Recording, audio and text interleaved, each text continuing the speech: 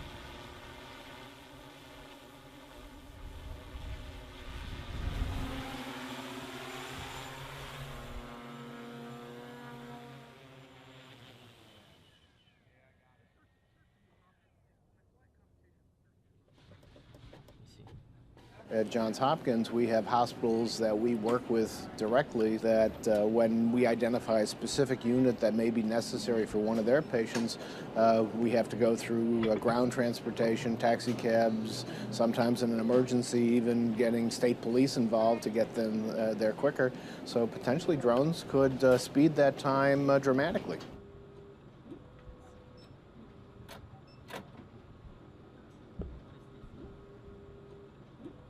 Designs, manufactures, and operates robotic aircraft that deliver medicine to people in hard-to-reach places and save lives as a result.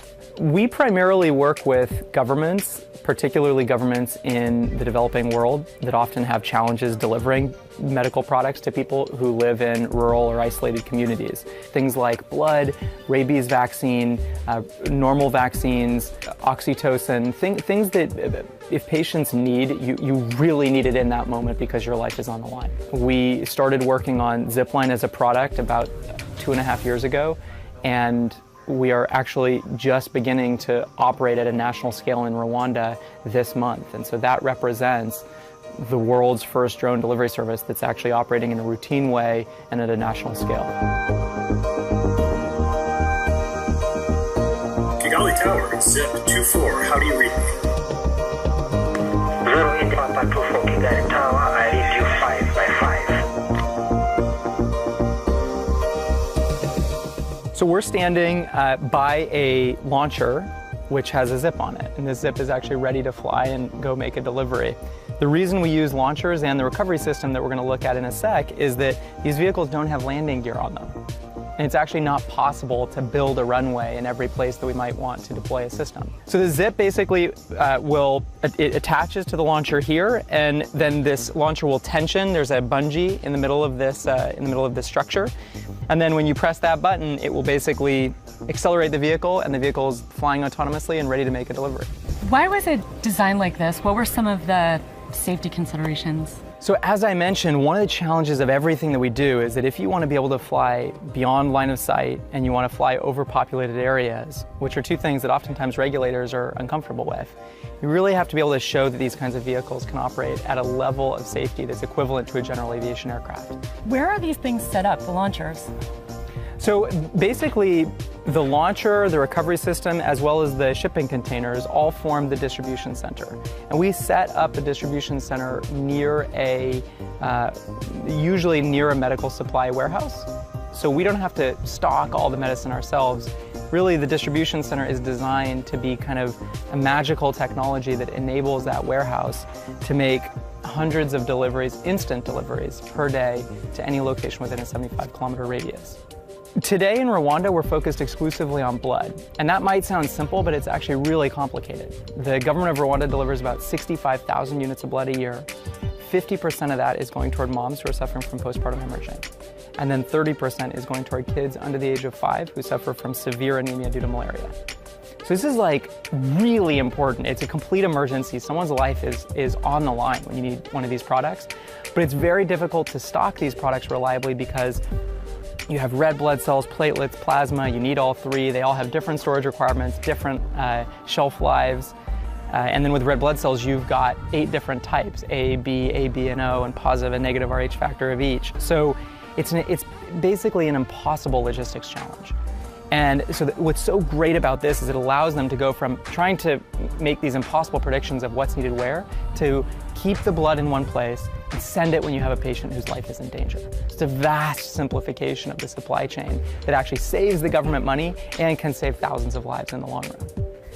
We talk about drone delivery for convenience, and it's a lot of fun flying a Slurpee across the desert or a burrito to a college campus, but Zipline has the potential to save lives.